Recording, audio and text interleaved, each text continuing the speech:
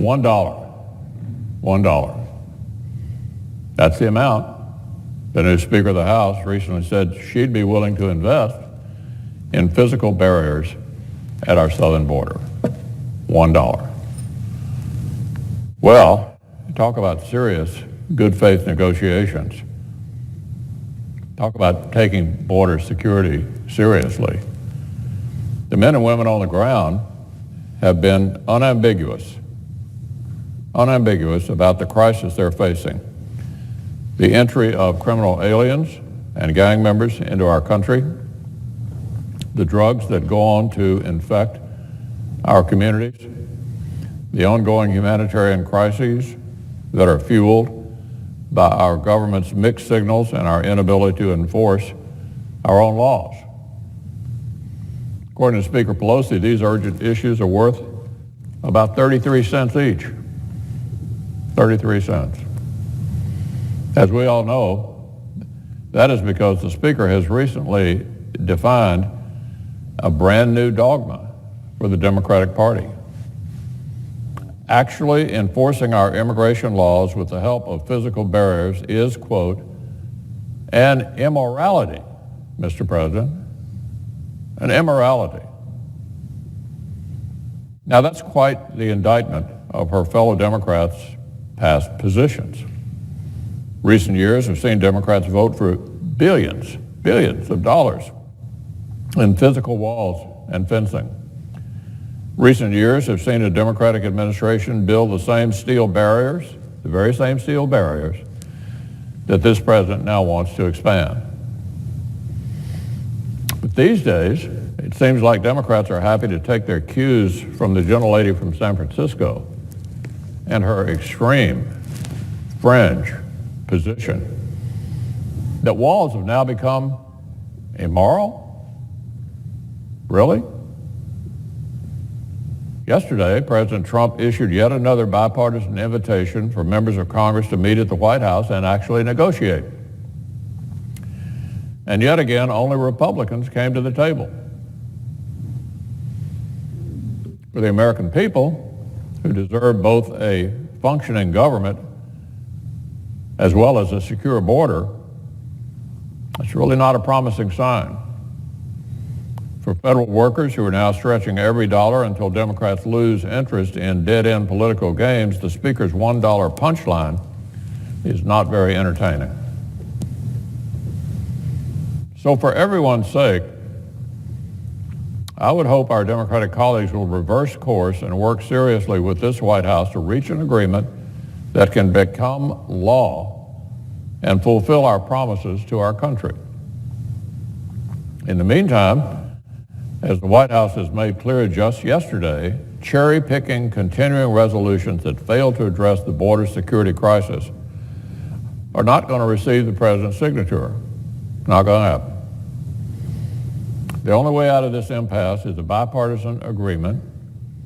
And as the Democratic leader and I have both stated here on the floor, only an all-corners bipartisan agreement will receive a vote here in the Senate. Now, Mr. President, on another matter, before the Senate today is a resolution from the Democratic leader that would overrule career civil servants at the Treasury Department and fire from the hip on one of the top foreign policy concerns of the United States. This is the pending business, despite the fact the Democratic leader had previously proclaimed that he would not let the Senate address any business, during this partial government shutdown. Apparently there's an exception to that.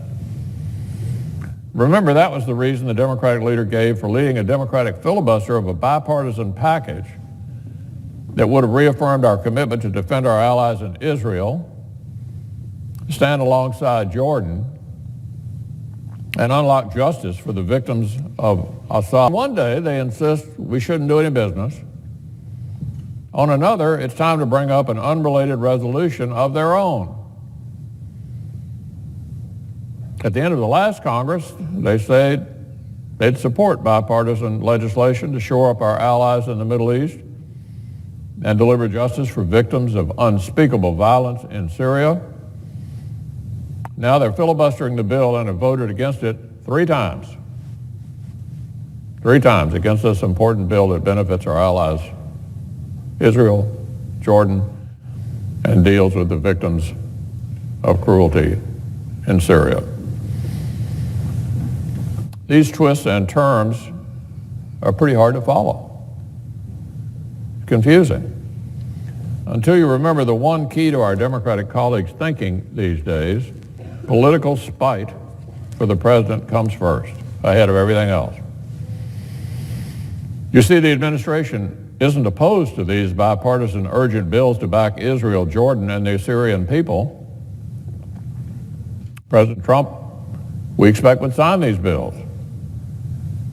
We might actually make a law, which is what people sent us here to do, presumably. So naturally, the Democratic leader isn't interested. Democrats in Congress don't think working with the president to accomplish things suits their political brand these days. But the Democratic leader's new resolution that he's been happy to prioritize ahead of Israel and the Syrian people, it offers him a chance to make a political splash. It overrules the careful actions of career civil servants at Treasury and blows up a nuanced decision that the current law actually requires. Current law actually requires what they did. Supporting Israel, not too interesting to my friends across the aisle, but picking a political fight with the president, boy, they're up for that one every day. This is the key to understanding this unusual moment, Mr. President. This is the central principle. Democrats have made a marketing decision to obstruct President Trump at all costs, even if it hurts substantive priorities they used to support. That's why we're in day 26 of this partial government shutdown, with Democrats refusing to even show up and negotiate on funds for border security, which they used to brag about supporting. That's why Senate Democrats have decided that aid for Israel and help for the people of Syria are not worthy of this body's time, but are happy to spend floor time trying to blow up a highly technical Treasury Department decision which current law actually requires. Let me say that again. Happy to spend floor time trying to blow up a highly technical Treasury Department decision which current law actually requires. Political obstruction is their top priority. Everything else follows from that. Now, one final matter. Even in the midst of this political climate, the president's nominee for Attorney General delivered an impressive performance during the first day of his hearings before the Judiciary Committee. Senators were reminded exactly why he won bipartisan admiration for this body back in 1991 and was confirmed as President Bush 41's Attorney General with no opposition. None. Now, as Mr. Barr himself acknowledged in his testimony yesterday, times have changed.